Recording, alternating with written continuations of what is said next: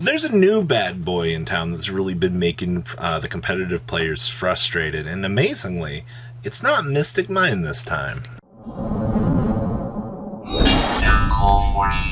So maybe 30% of you guys that have not smashed the ever-living crap out of that subscribe button, smash it so we can climb up the 100k ladder here. Now, earlier in the week, I was reading Twitter, and John brought up a point that I didn't really pay much attention to. You know, the more of these deck profiles you watch, you kind of start to hear the same couple of things. One, Mystic Mine is a horrible card for the game. But there was something else that I've been starting to see, and I agree with.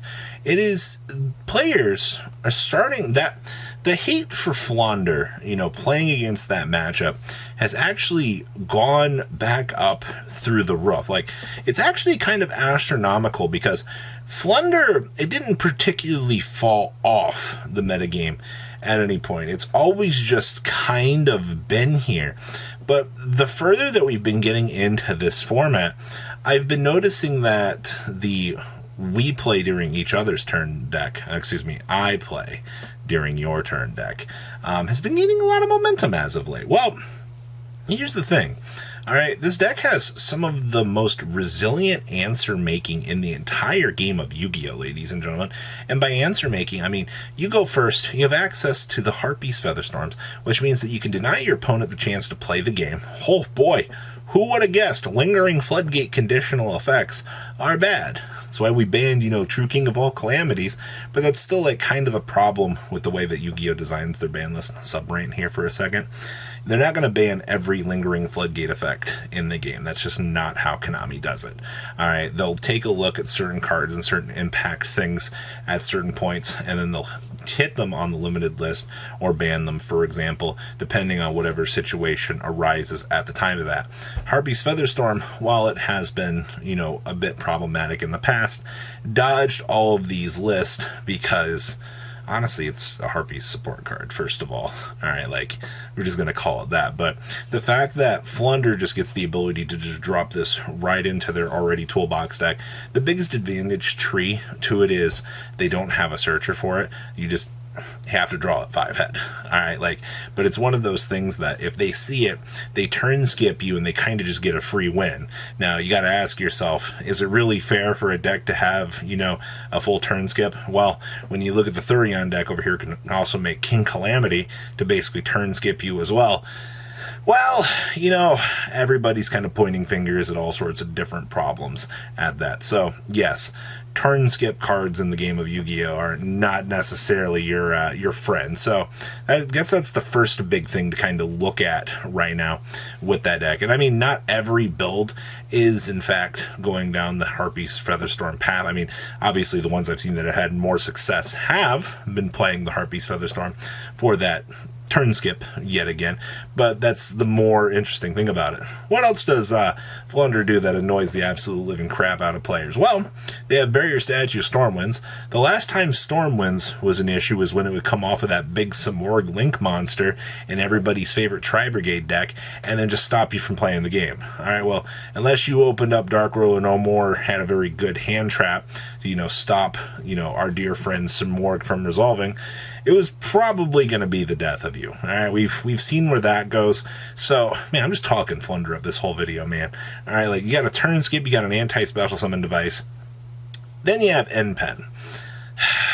Forcing monsters into defense position, basically to have the chance to resolve their stuff. Basically being able to stop pretty much any Link monster from doing its thing. I don't know if players have kind of realized this yet, but, like, End Pen has always been playable. You can play around it. Like, its job is to force stuff into defense position to kind of make less damage apparent on you, to make sure that the game can't actually hurt you, I guess is the correct phrase for that. But it's not necessarily good for the game. Wow.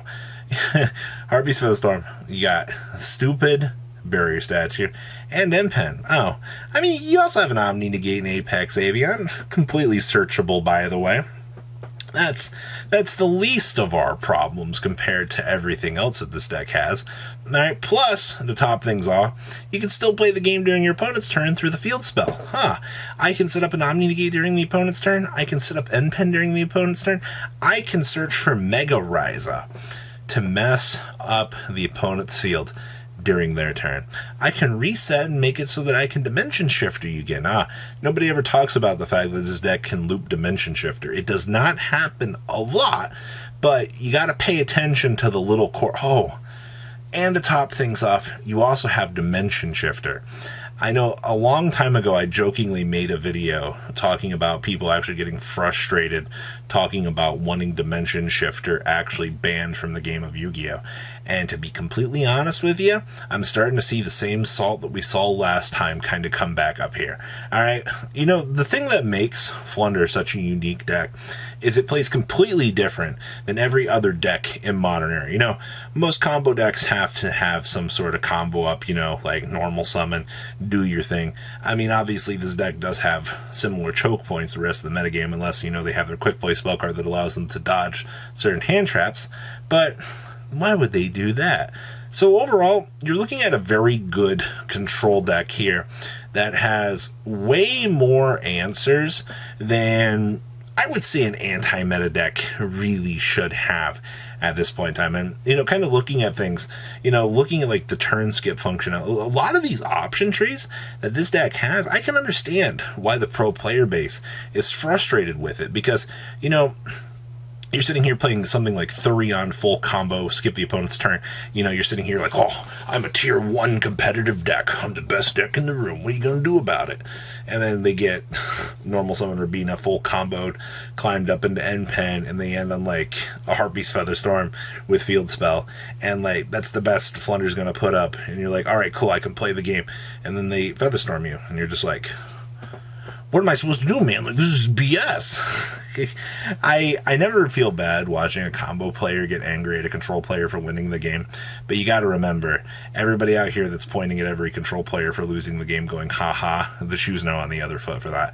And then there's the biggest thing that we've seen out of the Flunder decks. They're already taking advantage of another problematic card, Mystic Mine. Alright, so Mystic Mine has already been the blunt end of this format for so long. Like, so many players are so angry and so frustrated right now with Mystic Mine that it's actually hilarious. Just the fact that Flunder kind of exists in the format promotes the use of spell and trap destruction. You have Harpy's Feather Duster, you have Cosmic Cyclones, Twin Twisters, Lightning Storms, and a lot of these cards that people would just prefer to cut, which is hilarious to me, by the way. Like, Eldritch is still running around in some capacity, and people are just like, nope, I don't need spell and trap destruction. I'm just going to lose to these decks when they come up. Alright? Honestly, having a viable control deck in the format, maybe not so much with Mystic Mine running around with it, but all of the toolbox stuff that we are seeing currently right now in this deck, I honestly don't have a problem with, considering how big and how degenerate the rest of this format is. Literally, when you have a deck that can turn skip on the opponent's turn, just being like, oh, you can't play the game, I don't feel bad about having something like Harpy's Featherstorm exist in the game. Should either of these particular aspects exist in the game? No, but once again, when you look further down the pipeline here, I haven't been joking when I said when we look at Splite format, the game power creeps. Everything you see now, worthless in a couple months. Not going to do anything. You might be able to have it count as rogue. Sorry to tell you that, but you're not going to have a fun time, especially when November rolls around here and you're seeing tier elements do full Shizu combo on you and you're like, where'd my deck go? Alright, it's not going to be a fun, pleasurable time for anybody out here. So enjoy what you have right now. Enjoy getting the chance to watch Flunder Harpy's Featherstorm you as things get a whole lot worse. I guess that's the moral of the video. You're complaining about Flunder now, but no. In a couple of months, you're going to watch a Shizu player take a 10-minute turn as they proceed to go, oops, where'd your deck go, buddy? Real shame. Guys, please leave a comment down below. Tell me what you guys think. Make sure you guys smash the living crap out of that subscribe button so you guys don't miss out on more awesome content. And of course, if you're a Flunder player out there, congratulations. I'm actually happy that Flunder is kind of starting to get the recognition that it needs. or deserves, I guess is the better question. It's been so long since this deck has soared to the sky and finally made its mark on the format. I guess it just means that, you know, Flunder's finally got a chance to shine. Alright guys, peace out. Patrons, thank you.